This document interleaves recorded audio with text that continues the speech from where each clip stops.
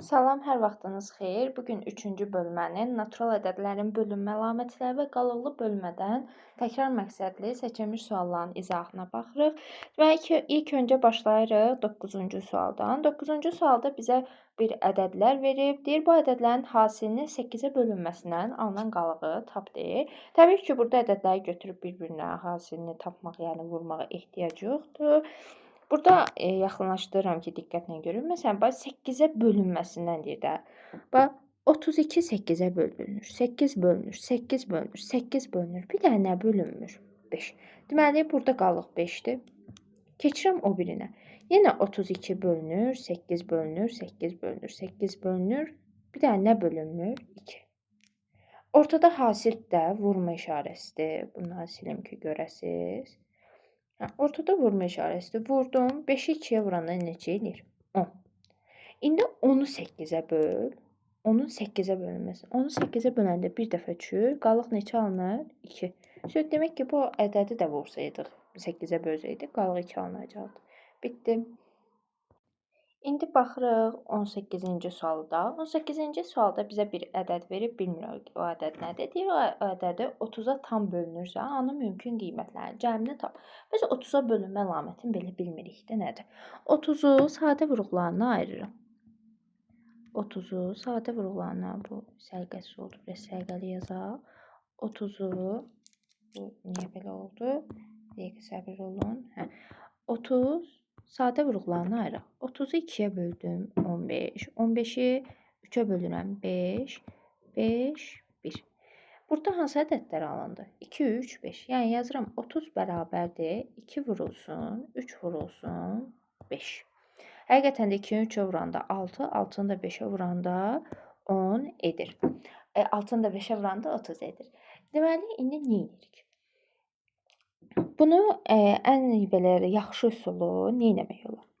Baxın, bizdə oturub 3 dənə bölmə əlamətini tək-tək yoxlamayaq da. Bizə məsələn lap 2-ni 3-ə vurdum, 6 elədi.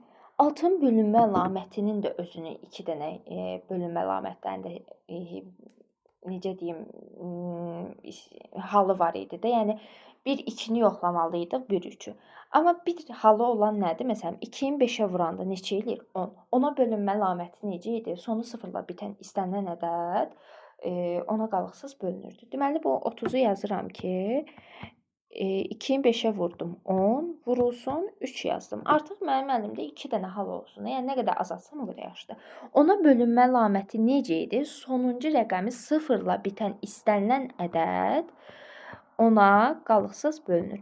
Bizə A, 8, A, B verir. Burada deməli sonuncu rəqəmi 0 olmalıdır. B-nin 0 olduğunu tapdıq. İndi bir dənə nəyi yoxlamalıyam? 3-ə bölünmə əlaməti. 3-ə bölünmə əlaməti necə idi? Rəqəmləri cəmi 3-ə bölünürdüsə, demək ki, həmin ədəd də 3-ə qalıqsız bölünürdü. Bu ədədləri, bu rəqəmləri toplayıram. Artıq B-miz 0-dır, B-ni bildik. A-nın üstünə A gəldim. 2A, 2A-nın üstünə A gəldim. 3A, 3A-nın da üstünə A gəldim. Etdi 4A. Üstə gəlinsin 0, B-miz 0 daxil 0. Üstünə də 8 gəlirəm, etdi 4A üstə gəlsin 8. Deməli, 3-ə bölünmə əlamətini yoxlayıramsa 3-ə bölməliyəm. Mən burada A-nın yerinə hansı rəqəmləri qoya bilərəm ki, 3-ə qalıqsız bölünsün? Məsələn, A-nın yerinə 1 qoysam, 4-ü vurdum 1-ə, elədi 4. 4-ün üstə 8 gəldi. 12, 12 3-ə bölünür. Deməli, A-ya 1 verə bilərəm. Gətirirəm 2-ni yoxlayıram. 4-ü 2-yə vurdum 8. 8-in üstünə 8 gəldim 16. 16 3-ə bölünür. Yox. Deməli 2 getdi. 3 qoyuram. 4 vurulsun 3, 12. 12-nin üstünə 8 gəldim 20. 20 3-ə bölünür. Yox. 3 getdi. 4 gətirirəm, qoyuram. 4-ü 4-ə vurdum. 16. 16-nın üstünə 8 gəldim. 24. 24-ü 3-ə bölə bilirəm. Hə, bölə bilirəm. Deməli, A-ya 1 4 qoymaq olar. 5, 6 da ödəmir. Siz özünüz baxarsınız. Bir də 7 ödəyir. Yəni, deyirsiniz ki, müəllim, bəlkə mən 10, 11 falan elə bir şey qoyuram. Yox, olmaz. 9-a qədər qoya bilərik. Çünki niyə? Bunların üstündə nə var? Xətt var. Mən bayaq nə dedim? Bayaqki dərsimizin izahında buradakı rəqəmlər, bu A-lar, B-lər 0-dan 9-a qədər rəqəmləri ala bilər. 9-dan böyük bir şey ala bilməz. 10 ala bilməz, 11 ala bilməz. Yəni 9-a qədər yoxlayıram. 9-a qədər özünüz istəsəniz yoxlayarsınız. 1, 4, 7-dən başqa heç birini yerinə gətirib qoysam, bu ədədlər 3-ə bölünmür. Bizdən bu rəqəmlərin mümkün qiymətlərin cəmini tap deyir. Mümkün qiymətlərimiz nə oldu? 1, 4, 7. Bu ədədlərin də cəmini tapıram. 1, 4, 7 daha doğrusu. 5, 5-in də üstünə 7 gələndə 12. Deməli, mümkün qiymətlərin cəmi 12-dir. Deməli, indi baxırıq növbəti suala, 25-ci sual. 25-ci sualda bizə şərtdə deyir ki, 9n kubu bərabərdir m 0 87.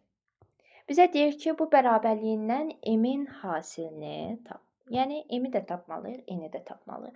Mən buradan, məsələn, n-in kubunu tapmağa çalışıramsa, n-in kubu bərabər olmalıdır nəyə? Bu ifadəni mən 9-a bölməliyəm. M 0 87 üstü xətt bölünsün 9. 9-a böl deyir də. 9-a bölünmə əlaməti necə idi? Rəqəmləri cəmi 9-a bölünürsə 9-a bölünməli idi. Deməli 0-ın üstünə 8 gəldi. 8, 8-in üstünə 7 gəldim. Etdi 15. Mən 15-in üstünə neçə gəlsəm 9-a bölünər? Təbii ki 3. 15-in üstünə 3 gəldi neçə eləyir? 18. 18-i 9-a bölə bilirəm də. 3-dən başqa nəsə ödəyirməm. Yəni məsələn artıq 3-dən başqa rəqəmlər ödəyirik. Sadəcə üstündə xətt var axı. Buna diqqət eləyin. Yəni mən bura 9-dan böyük bir rəqəm qoya bilmərəm. 0-9 aralığında yalnız 3 ödəyir ki, mən m-in yerinə gətirib 3 qoysam, bu ədəd 9-a bölünür. M-i 3 tapmamışam. Gətirirəm, qoyuram da yerinə. Misalımız nə idi? 9 n-in kubu bərabərdir. M-in yerinə gətirirəm, 3-ü qoyuram. Oldu. 3087. Mən burada 3087-ni necə tapacağam? Yenə n-in kubunu tapmaq istəyirəm də. 3087-ni neçəyə bölməliyəm? 9-a. 3087-ni 9-a böləndə, deyilik, kənarda bölək, vaxt getməsin. 3087-ni 9-a böləndə edir 343. N-in kubu 343-ə bərabərdir. Bu hansı ədəddir ki, 3 dəfə özü-özünə vuranda 343 eləyir? Bu da ki, n də bərabərdir 7-dir. Yəni 7-ni 3 dəfə özü-özünə vursaq 343 edir. Deməli, n-imiz 7, m-imiz 3. Bizdən şərtdə m-in hasilini tap deyirdi. Yəni hasil vurmaq deməkdir. 3 vurulsun 7, 21. Cavab 21. İndi növbəti baxırıq biz 28-ci sualda. Deyir 28-ci sualda m ədədini 5-ə böldükdə qalıq 3 alınır. M kvadratı üstə gəlsin 6m üstə gəlsin 5 ədədini 5-ə böldükdə qalıq neçə alınır? Deyir m ədədini 5-ə böldükdə. 5-ə böldükdə qalıqda 3 alınır. Qalıq aşağıda yazılır da. Bizə m-i tapmaq lazımdır. Bunun ən yaxşı üsulu m bərabərdir. Bura özündən 1 yaz. Başqa rəqəm də yaza bilərsən. Hamısını da ödəyir. M-i necə tapırdıq biz? 1-i 5-ə vurub üzərinə nəyi gəlməliyik? Qalığı gəlməliydik. 1-i 5-ə vuranda 5, üstünə 3 gələndə 8. Deməli, m-imiz 8-dir. Gətir burada neyi soruşur? M kvadratı üstə gəlsin 6m, üstə gəlsin 5. Deyir, bunu 5-ə böldükdə. M-i tapmamısan 8. Gətir qoy da yerinə. M-in kvadratı, yəni 8-in kvadratı 64. Üstə gəlsin 6 vurulsun 8, 48. Üstə gəlinsin 5.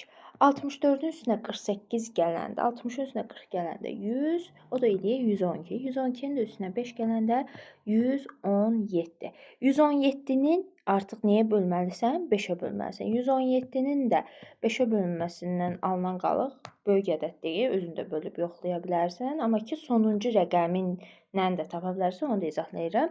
117-ni 5-ə böləndə, 11-in içində 5 2 dəfə, 2-ni 5-ə vurduq 10. 11-dən 10 çıxanda 1, 7-ni endirdik aşağı 17, 17-nin də içində 5, 3 dəfədir. 3-ü 5-ə vurduq 15, 17-dən də 15-i çıxanda 2. Qalıq yəni 2-dir. Cavab 2-dir. Amma buradan da tapmaq olardı. Bunu silim. 117 idi də ədədimiz. Sonuncu rəqəm nədir? 7. 7-ni 5-ə böləndə qalıq neçə qalır? 2. Yəni bu cür rahat da tapa bilərsiniz. Özünüz bölüb də artıq sonrasında baxa bilərsiniz. Yəni burada cavab 2 etdi. İndi baxırıq növbəti suala, 29-cu suala. Deyir n ədədini m kubu ədədinə böldükdə natamam qismətdə 2 qalıqda 31 alınırsa, n-in ən kiçik qiymətinin rəqəmlərin cəmini tap. Deyiləni yazırıq. N ədədini m kubuna böldükdə natamam qismətdə 2, natamam qismət burada yazılırdı. Qalıqda da 31. Deyir, birincisi gəlin buradan n-i tapmağa çalışaq. N-i dedik, bayaq necə tapacaq dedik. 2-ni m kubuna vurub, yəni natamam qisməti bölənə vurub, üstünə qalığı gəlmək lazımdır. Yəni n bərabərdir 2 vurulsun m-in kubu. Üzərinə gəlinsin, qalığımız neçədir? 31. Üzərinə gəlirəm 31-i. İndi burada bizdən şərtdə davamında nə istəyir? N-in ən kiçik qiymətinin. Mənə n-in ən kiçik qiymətini tapmaq lazımdır. Amma burada bir dənə də şərti nəzərə almaq lazımdır. Qalıqlı bölmədə biz demişdik ki, m-in kubu, yəni bölən natamam qismətdən, yəni natamam qismət yox, daha doğrusu qalıqdan hər zaman böyük olmalıdır. Bu şərti götürməlisən. Bu şərti bilməlisən. Ümumiyyətlə bu tip suallarda bu şərti götürmədinsə, sual getdi. Sualı tapa bilmirsən. Nədir? Bir daha təkrarlayıram. Bölən qalıqdan böyük olmalıdır. M-in kubu 31-dən böyük olmalıdır. Mən gətirirəm m-in yerinə qoydum 1. 1-in kubu nə olur? 1. 1 31-dən böyükdür? Yox. 2-in kubunu gətirirəm, qoyuram. 2-in kubu neçə ilə? 2 vur 2 vur 2. 4, o da 8. 8 31-dən böyükdür? Yox. M 2 ödəmədi. 3 gətirirəm, qoyuram. 3 vur 3 vur 3, yəni 3-ün kubu. Elədi 27. 27 31-dən böyükdür? Yox. Gətirirəm 4-ü qoyuram. 4-ü qoyanda 4 vur 4 vur 4. Kubdursa 3 dəfə öz-özünə vururuq da. 4-ü 4-ə 16, 16-nı da 4-ə vuranda 64. 64 31-dən böyükdür də. Deməli ilk ödəyən ədəd nə oldu? 4. Heç nə, gətirirəm m-in kubunun yerinə 4-ü qoyuram. 2 vurulsun 4 64, üstünə gəlinsin 31. 2-ni 64-ə vuranda eləyir 128, üzərinə də 31 gələndə edir 159. Yəni burada biz niyə gətirdik 4 qoyduq? Çünki n-in ən kiçik qiymətini də ən kiçik burada neçə qoyanda ödədi? 4 qoyanda. 5 də qoyanda ödəyir, 6 da qoyanda ödəyir, 7, 8 də bundan sonra nə istəyirsən qoy ödəyir. Amma bizdən ən kiçik soruşduğun deyirdi ya, ən kiçiyini gətirib tapmalıyam da 159. Şərtin sonunda rəqəmləri cəmini tap. Burada rəqəmlərimiz nədir? 1, 5, bir də 9. Bunları hesablayıram. 6 üstünə gəl 9, o da eləyir 15. Yəni bu sualın da cavabı 15. İndi deməli baxırıq artıq 31-ci suala. 31-ci sualda bizə bu ədədlər veribdir. Bu ədədlərini 4-ə böldükdə qalıqda 3 alınır. A üstəgəl B bölünsün C üstəgəlsin D ifadəsinin ən böyük qiymətini tap deyir. Bu sualda biraz düşünmək lazımdır. Deməli bizə verilənlər nədir? Buna qırmızıyla niyə yazıram?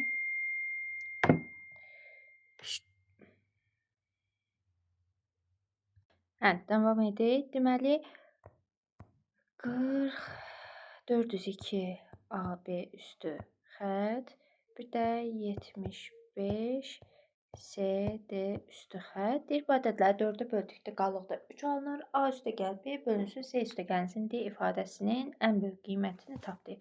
Bu bizə ən böyük qiymət deyir də. A üstəgəl B bölünsün C üstəgəlsin D. Bu kəsr xəttdə bölüm etməkdir. Bu ifadənin ən böyük qiymətini tap deyirsə, biz nəyi fikirləşməliyik? Biz fikirləşməliyik ki, mən böyük ədədi kiçik ədədə böləndə cavabım böyük alınırdı. Məsələn, bir var, məsələn, 12-ni 4-ə bölürəm.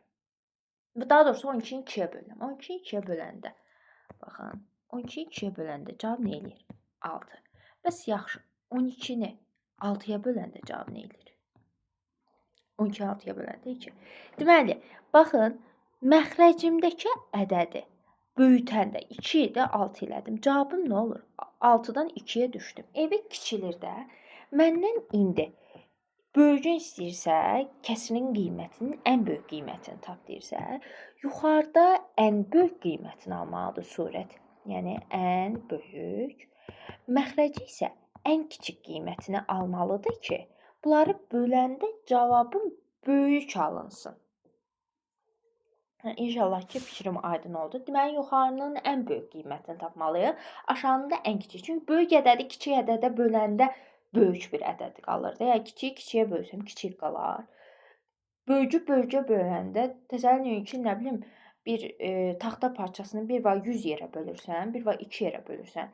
Balaca ədədə böləndə daha böyük bir hissə qalır da. Bizdən də şərtdə böyük dediyi üçün ən kiçiyinə bölməliyik.